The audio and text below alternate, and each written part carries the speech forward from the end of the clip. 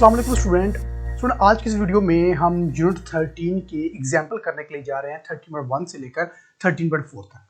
चलिए इसको स्टार्ट करते हैं। एग्जाम्पल 13.1 13.1 में वो कह रहा है कि हमारे पास दो चार्ज हैं, एक है Q1 एक है Q2। जो Q1 है वो है 500 माइक्रोकूलम और Q2 है 100 माइक्रोकूलम और दोनों के दरमियान डिस्टेंस है वो 0.5 मीटर है।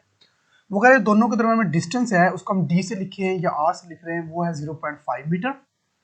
और वो कह रहा है कि जो Q1 है हमारे पास वो है जी 500 माइक्रोकूलम। माइक्रो का मतलब होगा क्रॉस 10 की पावर -6 कूलम।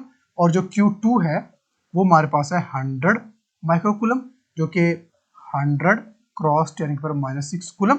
वो कह रहा है ये दोनों के दरमियान में कूलम फोर्स कितनी होगी। तो फॉर्मूला हम पढ़ चुके हैं, F इज कूलम्स लॉ का Q के Q1 Q2 divide by R square या D स्क्वायर। ठीक है, अब हमें पता है K की वैल्यू हमारे पास होती है 9 क्रॉस 10 की पावर 9। तो वैल्यूज पुट कर देते हैं। F is equal to 9 cross 10 की पावर 9। Q1 हमारे पास है जी 500 क्रॉस 10 की पावर -6। Q2 हमारे पास है जी 100 क्रॉस 10 की पावर -6 और डिवाइड बाय 0.5 और इसका स्क्वायर। ठीक हो गया। चलें जी F। अब इसको जरा हम अरेंज कर रहे थे, 10 की पावर्स है ना, इनको हम इकट्ठा कर लेते हैं।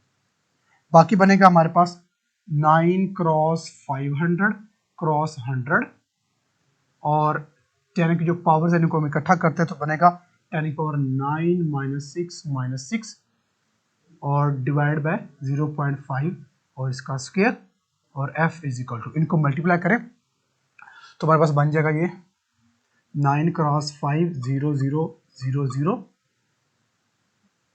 और ये बन जाएगा 10 की पावर 9 -12 डिवाइड बाय 0.5 और इसका स्क्वायर।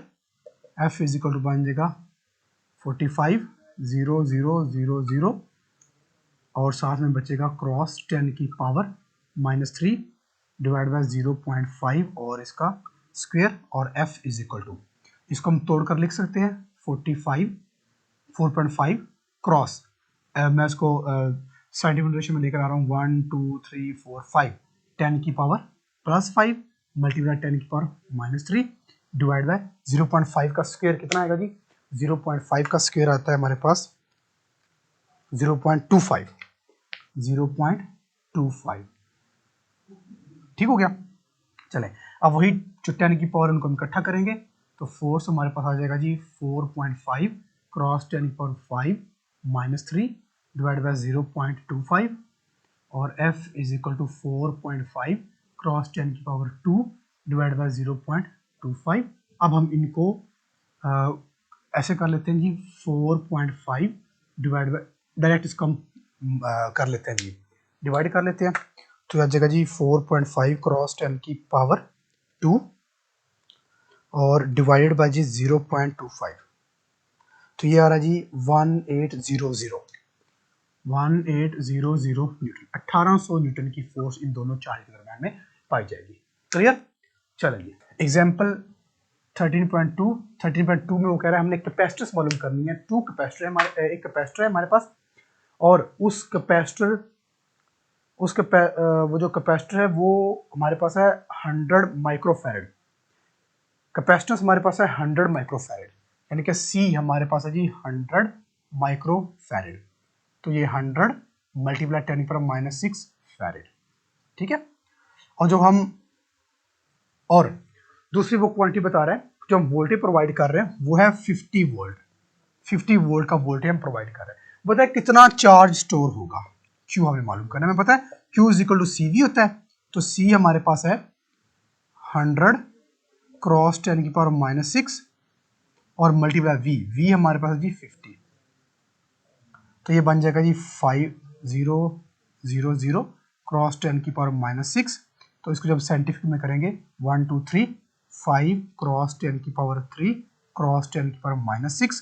तो इन दोनों को हम इकट्ठा करेंगे क्रॉस 10 की पावर 3 -6 तो बन जाएगा 5 क्रॉस 10 की पावर -3।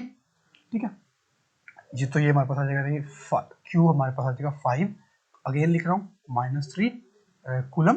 तो Q इज इक्वल टू, तो 10 की पावर 3 हमारे पास होता है मिली 5 मिली कूलम। तो ये हमारे पास आ जाएगा इसका टोटल चार्ज, इतना स्टोर होगा। उसके बाद हमारे पास है जी 13.3। 13.3 जो है ये है पैरेलल कम्बिनेशन कैपेसिटर का, जो कि हम कर चुके हैं ऑलरेडी। न्यूमेरिकल हमारे पास है जी 13.10 पैरेलल कम्बिनेशन कर चुके हैं, बिल्कुल वैसे ही है।